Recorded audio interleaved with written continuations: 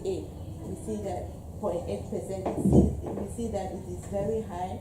Child dependency ratio is 73.2%. The age dependency ratio is 5.6, and the unemployment rate for the general population is 14.2, and youth unemployment rate is 25.2%.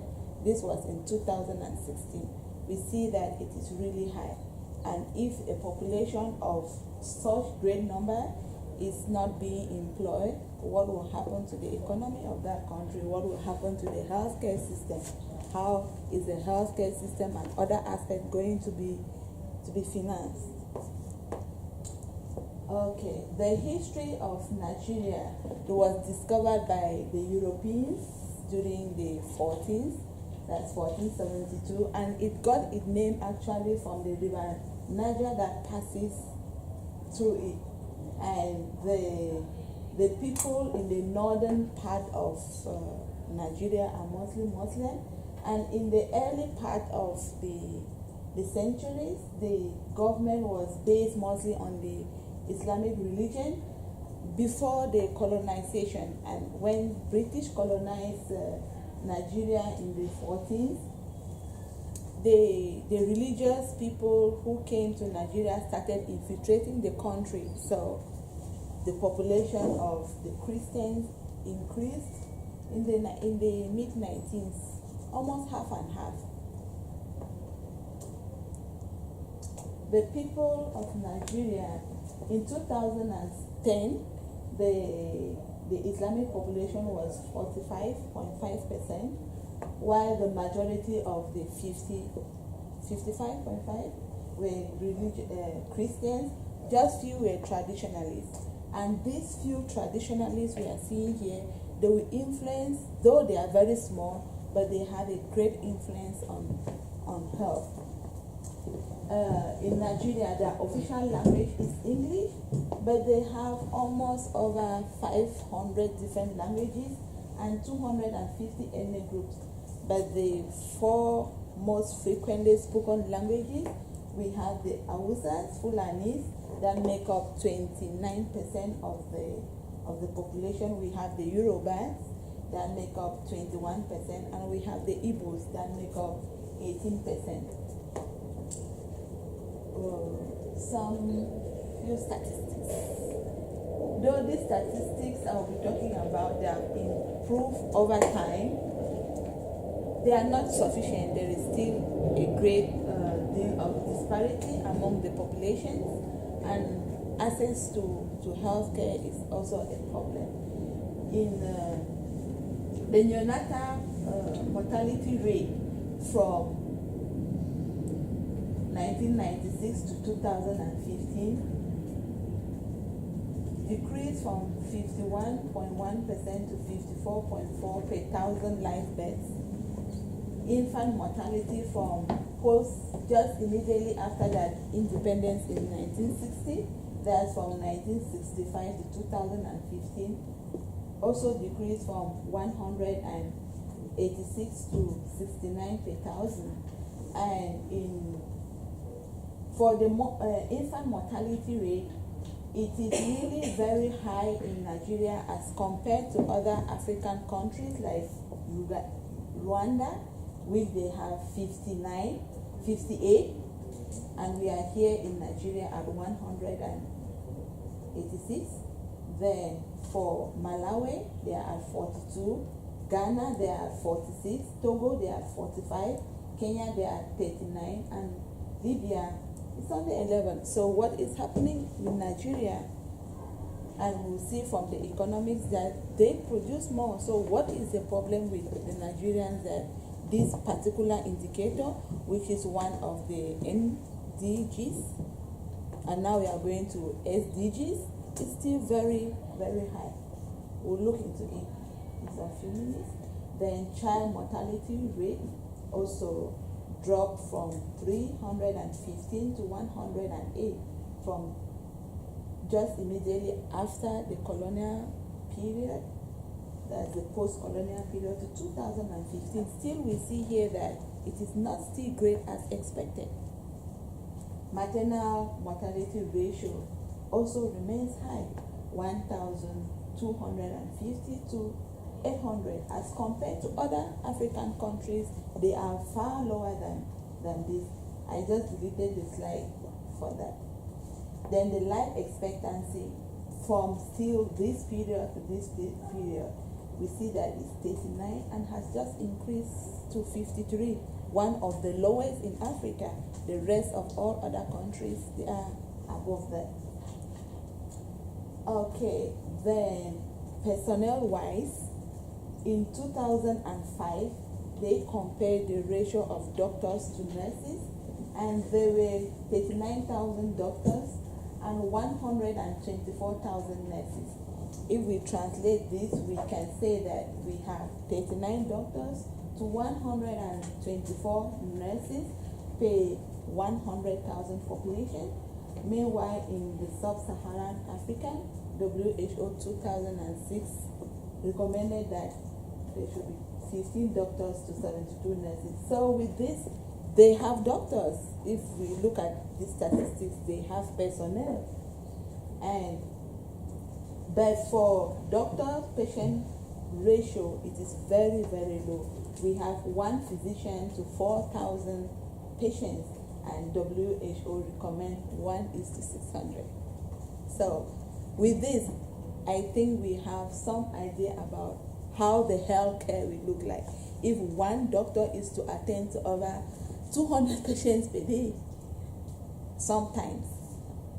Okay, then but the average bed occupancy is good. Is it good or is it bad? Comparatively with other African countries, for the public facilities, it is good.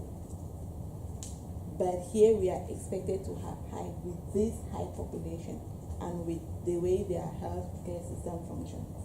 We'll see later. We'll talk a little bit about economics.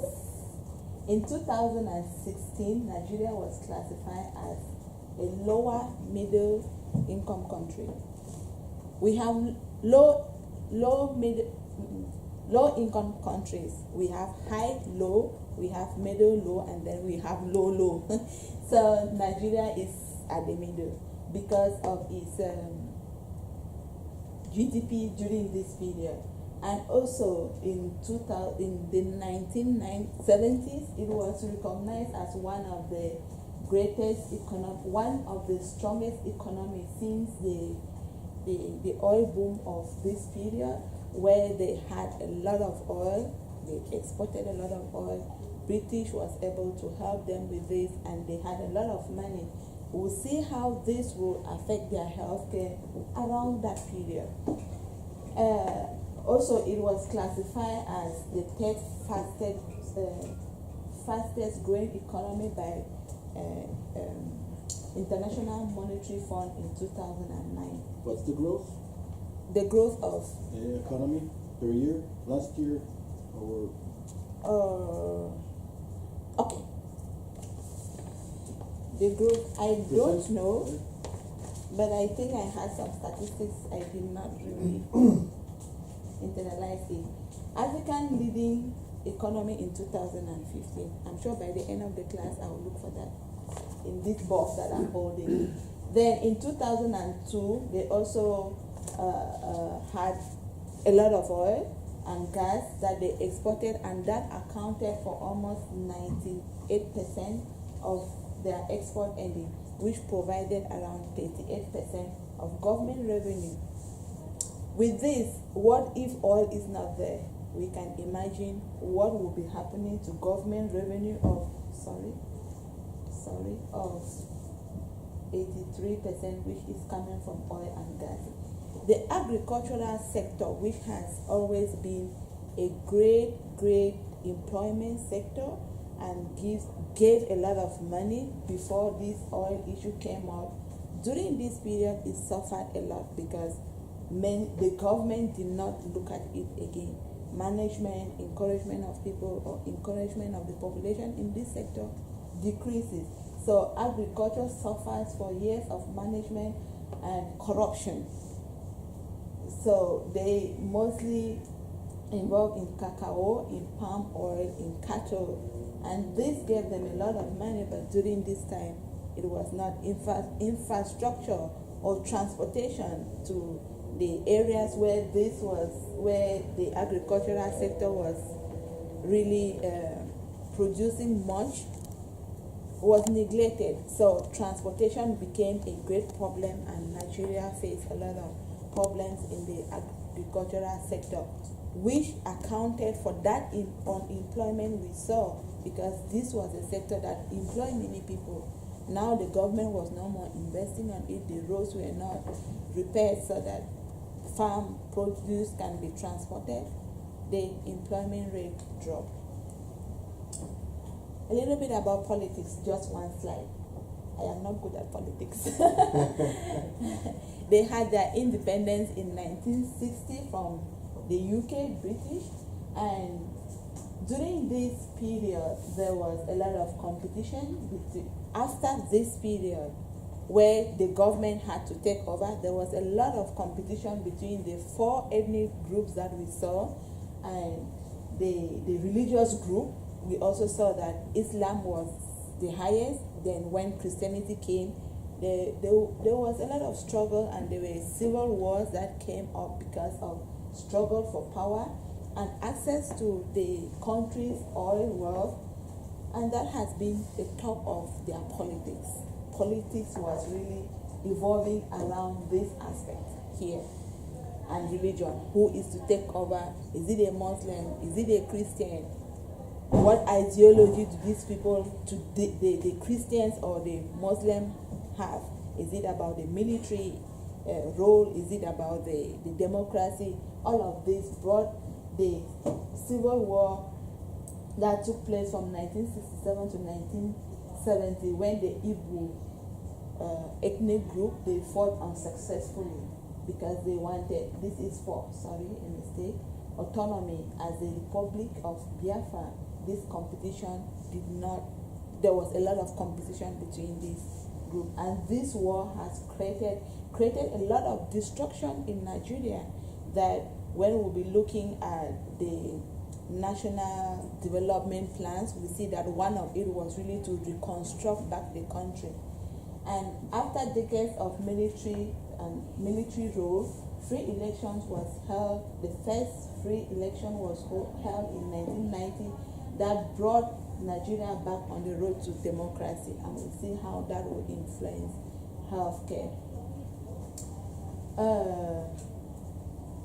Here I want to mention that Nigeria is a federal republic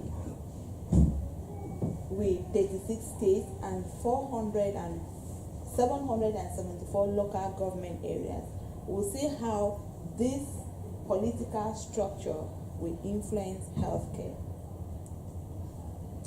Okay, I've said this, that Nigeria is a federal republic with a presidential system, and the system of government is based on the US model with a federal government and 36 states. The Constitution of 1989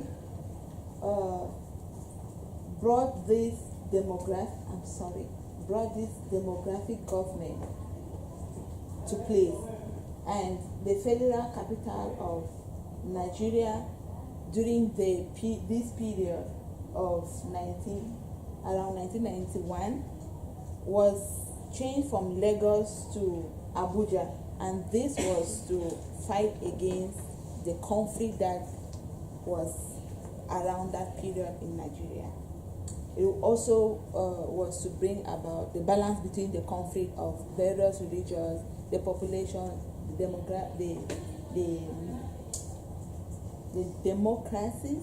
democratic and the military role.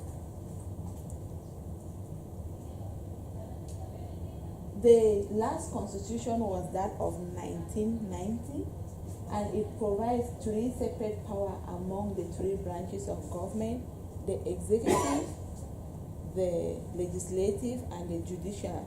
And it spelled out that they have separate power, but in reality they don't.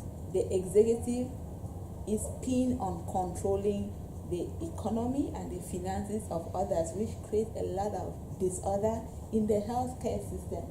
But we'll understand about it. Then the general election of 1999 also marked the end of the 15 years of military rule, and the person who took over began with a civilian rule, which is based on multi-party democracy. Okay, now we'll go a little bit to the health system and how it evolved. We have three major periods in which the healthcare evolved. We have the pre-colonial era, we have the colonial era, and we have the post-colonial. For the pre-colonial, it was characterized by the concept of disease. Before the British colonized them, they thought that the causes of disease was from curses from God, was from bad behaviors, was from witchcraft and things like that. So their treatment focused on what they had about the concept. So they could go for spiritual healers to pray for them. They could recourse to incantations and ritualistic aspects. So people really died because they were not able to diagnose properly the illnesses that people had, and they had a different perception about illnesses. Like in Nigeria, they also, in one of the ethnic groups, if you delivered a twin, you were considered cursed. They would take the twins to a black forest and abandon those children there until there was the British colonization. They had to educate the people why a woman can give birth to twins. Children who had some form of paralysis, they were considered like, they call them mami water, that children from water, they will go and abandon them at the edges of rivers, and water will carry them off, and they will believe that the gods of the river, they have taken off the children. If we look at statistics at that area, infant mortality rate was very high. The colonial period was when the British came in, and healthcare was still driven by political and economic factors. The healthcare that was in Nigeria within that time, the colonial masters wanted it for themselves, but it was good also because the people had to benefit from it. But the intention was not for them. They had their traditional practices that they still follow, but because of this introduction, it also helped the community, and we'll see how they also benefit from this colonial master. In 1854, there was the introduction of quinine, and this brought a lot of reduction in mortality and morbidity due to malaria, especially for pregnant women, for young children, and for the general population. And because of this treatment of malaria, which is just one of the benefits of the colonial masters, their economy expanded. There were people coming in for exploration, and there was growth in the parts of the country where these colonial masters settled.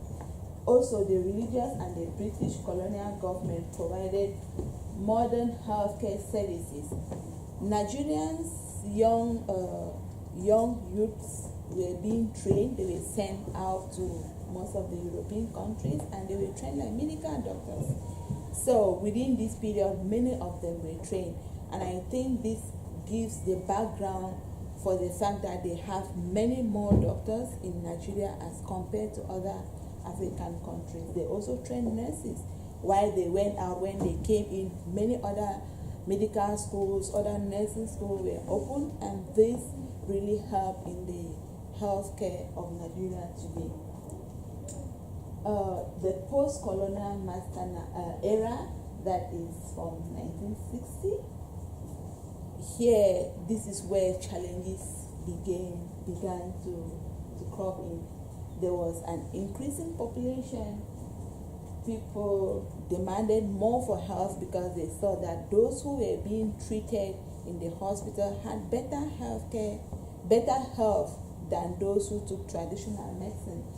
There was also increasing costs because the colonial masters did not fund again the health services, so they had to look for ways to be able to maintain the infrastructure, pay workers, and the increasing costs led to out-of-pocket payment.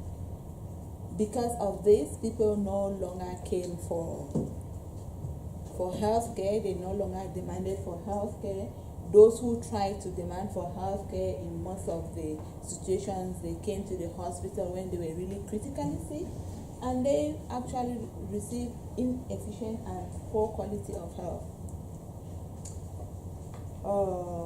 The reforms that we had, there are so many reforms, but I will focus on just around 4 of them after the post-colonial period.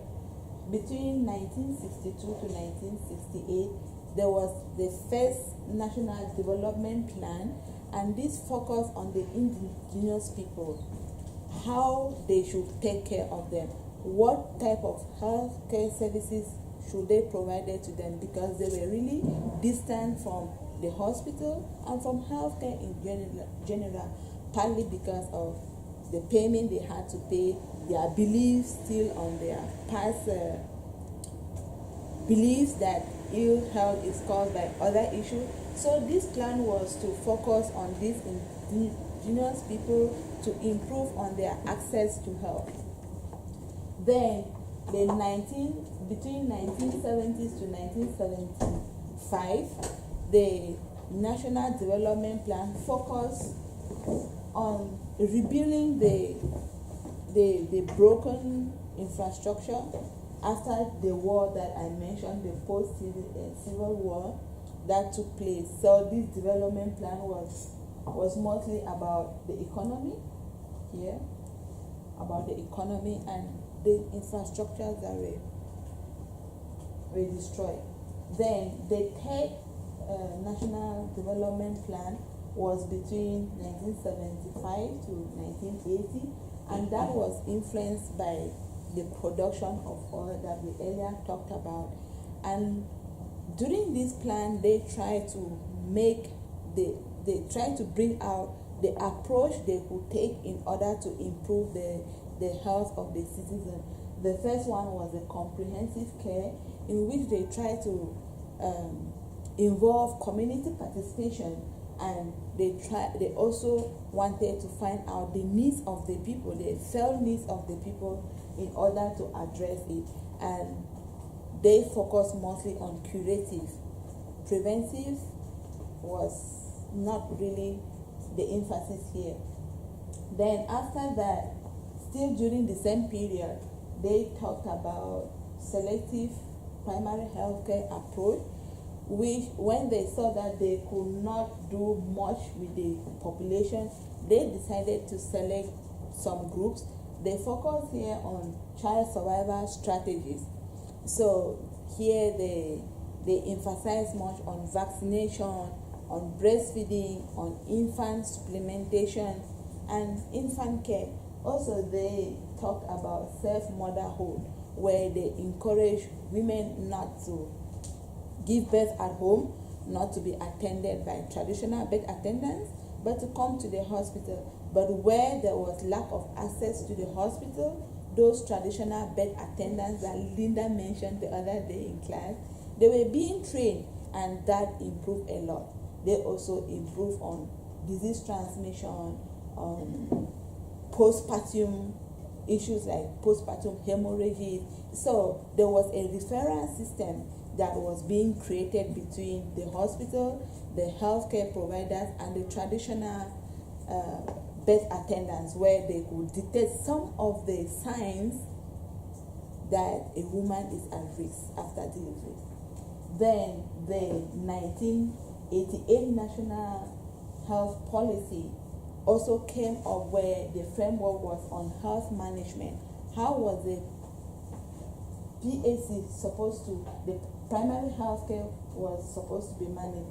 The objective was to provide access to the primary, to the secondary, and to the tertiary health care, and this was through the referral system. And this followed after the Bamako Initiative, where African countries came together in 1987 to talk about improvement of the health of the people, how they can access health, how healthcare, though with limited resources, can be implemented by each of the countries. So each country had to go and do a development plan. So Nigeria focused on this, and we'll see now what they did.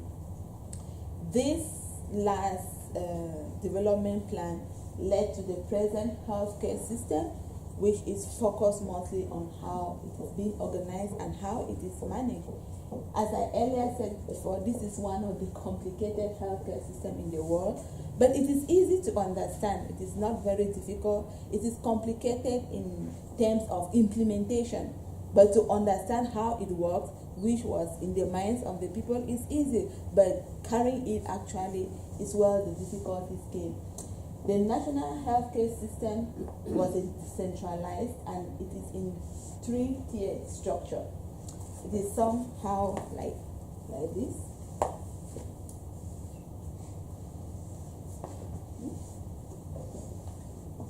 Take a different,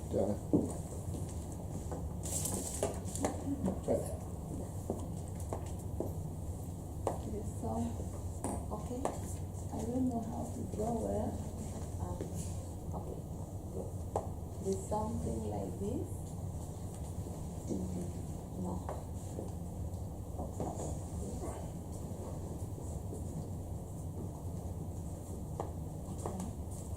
So we have the federal level, which is the third, which is here. We have the state level, which is here, and then we have the local government level, which is here.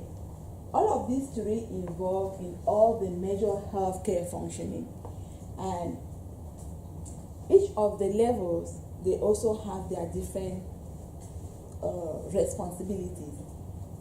Here, at the first level, which is the federal, it is the smallest, but it is more powerful here.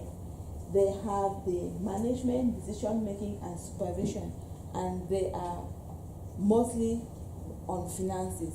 They focus on the finances of the total of all the levels. Then, for the technical responsibility, they are the ones that make policy. They provide technical support to all the levels. They are the ones involved in international relations on health matters, vaccination, and other things, international things.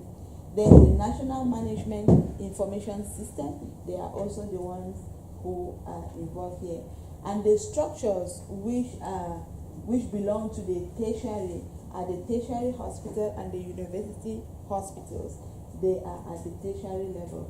In the whole of the republic, they have 54 of the tertiary and specialized public sector hospitals with a population ratio of one tertiary hospital to 2.1 million people.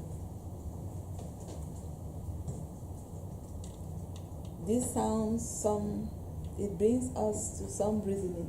If one tertiary hospital, which is a referral hospital from down to up, is 1 to 2.1 million people, how is this going to accommodate all of this? Okay, then now let's go down to the second, which is the state ministry.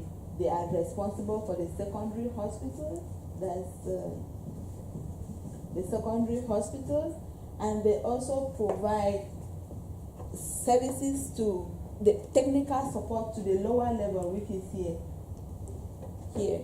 So this level is responsible for this level. So all of the patients, okay, let me just finish with all of that, then I explain how they function. The local government, which is here, is responsible for implementation of the primary care, and it is organized through the wards. It means that here they have over 13,000 public sector, public health facilities here, and 7,000 private. So here we have around 20,000, and each of them is divided into 7 to 15 wards, some sort of a district hospital, where it acts like the first entrance point for patients. Then in 1988 also, because of